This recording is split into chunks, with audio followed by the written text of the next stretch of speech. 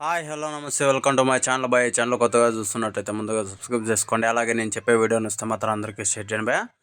అయితే రోజు మన టాపిక్ వచ్చేసి మన విడుదల పార్ట్ 2 రివ్యూ అయితే చెప్పబోతున్నాను భయ్య. ఒక్క ముక్కలో చెప్పాలంటే సినిమా బాగానే ఉంది, కానీ ఎంత బాగున్నా కూడా పార్ట్ 1 కంటే బాగాలేదు భయ్య, ఇది మాత్రం చెప్పగలను. అయితే మనకు పార్ట్ 1లో ఏం చూపించారు, మన విజయ్ సేతుపతి గారిని విలన్ మాదిరి చూపించారు. అంటే కొద్దిసేపటి వరకు మనకు విలన్ మాదిరి అనిపిస్తుంది, లాస్ట్ ఎండింగ్లో మనకు మంచిగానే అనిపిస్తుంది. మనకు హీరో సైడ్ కూడా కొంచెం బాగా అనిపిస్తుంది. అంటే హీరో క్యారెక్టర్ చేసిండు కదా మన కమెడియన్, ఆయన క్యారెక్టరు ఎక్కువ ఉంటుంది. మొత్తం లెంత్ అంతా ఆయనదే ఉంటుంది. సినిమా ఎక్కువసేపు కూడా ఆయన రోలే ఉంటుంది. కాకపోతే పార్ట్ 2లో మాత్రం అలా లేదు భయ్య. విజయ్ సేతుపతి గారిదే మొత్తం సినిమా మొత్తం ఆయనదే ఉంటుంది. లాస్ట్లో ఒక ట్విస్ట్ కూడా ఉంటుంది. ట్విస్ట్ ఏమంటే అది పెద్ద ట్విస్ట్ కూడా ఏం కాదు, విజయ్ సేతుపతి గారు చనిపోతారు.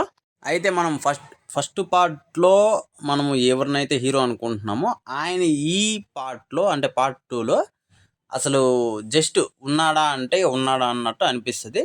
కాకపోతే క్లైమాక్స్లో మాత్రం పార్ట్ 3కి ఆయన్ని లీడ్గా పెట్టినట్టయితే మనకైతే తెలుస్తుంది భయ్య. మొత్తానికి స్టోరీ పరంగా చూసుకున్నా, ఏ రకంగా చూసుకున్నా అంటే అక్కడి నుంచి కంటిన్యూషనే చేసింటాడు అనమాట.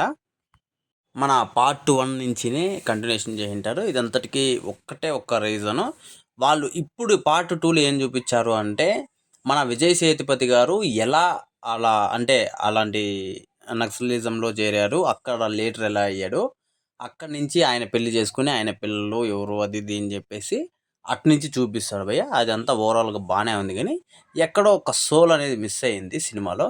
అది మనకు ఫస్ట్ దాంట్లో అయితే నాకు అసలు విక్రమార్యన్ గారి గురించి మనం తెలుసుకోవాల్సిన అవసరమే లేదు. ఆయన స్టోరీ టెల్లింగ్ కానీ ఆయన చూపించే విధానం కానీ ఆసంగా ఉంటుంది. కాకపోతే ఈ పార్ట్ 2లో మాత్రం నాకైతే అది అనిపించలేదు భయ్య. ఇంకా బ్యాక్గ్రౌండ్ మ్యూజిక్ మనకు ఇళయరాజా గారు అయితే ఇచ్చారో అది కూడా అంత అనిపించలేదు. అయితే ఇంకోటి వచ్చేసి మనకు కొంచెం క్లబ్జీగా అయితే చూపిస్తారు భయ్య, అవుట్ ఫోకస్లు ఇట్లా అది ఎవరు పట్టించుకోరు. అయితే ఈ స్టోరీకి అలానే బాగుంటుందేమో అన్నట్టుగా అనిపించింది నాకు. అది కూడా మేకింగ్ కొత్తగా అనిపించింది, కానీ ఇది వాళ్ళు కావాలని చేశారు లేకపోతే వచ్చింది అనేది తెలియదు. అయితే ఇంకో విషయం ఏంటంటే నేను అసలు విజయ్ సేతుపతి గారి యాక్టింగ్కి కాళ్ళు మొక్కినా తప్పు లేదు భయ్య, నిజంగా ఆ రేంజ్లో అయితే ఆయన యాక్టింగ్ మాత్రం చేశారు. అయితే ఆయన వైఫ్ గారి క్యారెక్టర్ అయితే కొంచెం ఏదో హైట్ చూపిస్తాడు ఫస్ట్లో, కానీ తర్వాత ఆమెది ఏమి ఉండదు. అదే కొంచెం బాధ అనిపించింది.